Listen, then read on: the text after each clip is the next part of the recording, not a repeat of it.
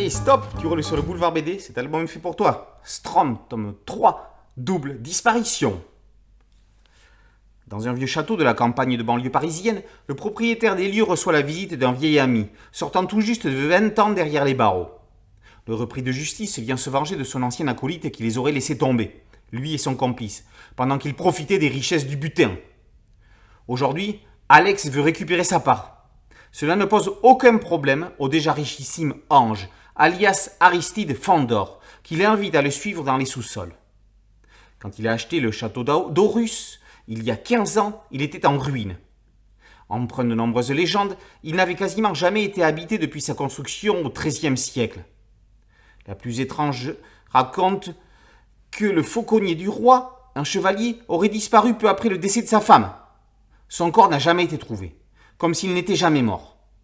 Seul un gisant symbolise son souvenir. En étudiant une gravure de faucon, Fandor a découvert un passage secret. Il propose à son invité forcé de l'emprunter pour y récupérer son argent. Comme bien d'autres avant lui, Alex ne reviendra jamais.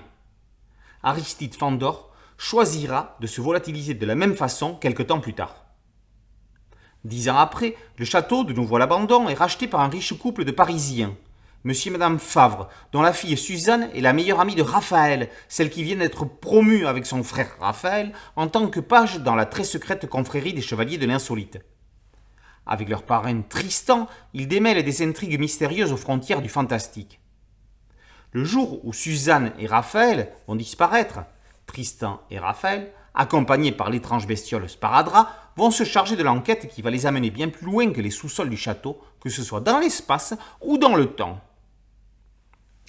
Après l'affaire du collectionneur, Lilian et James Christ poursuivent l'adaptation des romans d'Emmanuel et Benoît de Saint-Chamas.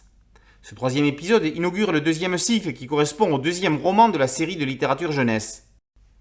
L'initiation dans la confrérie alterne avec la résolution de l'énigme. Lilian a trouvé le moyen de garder un rythme dynamique pour happer le lecteur. Il faut dire que la scène d'introduction est de ces moments type pré-générique qui plongent dans la problématique qu'on a furieusement envie de résoudre. Les couleurs chaudes de Cyril Vincent enveloppent le graphisme dynamique de James Christ dans une ambiance énigmatique accrocheuse. Les portails d'outre-temps ont ouvert leurs portes vers une autre dimension.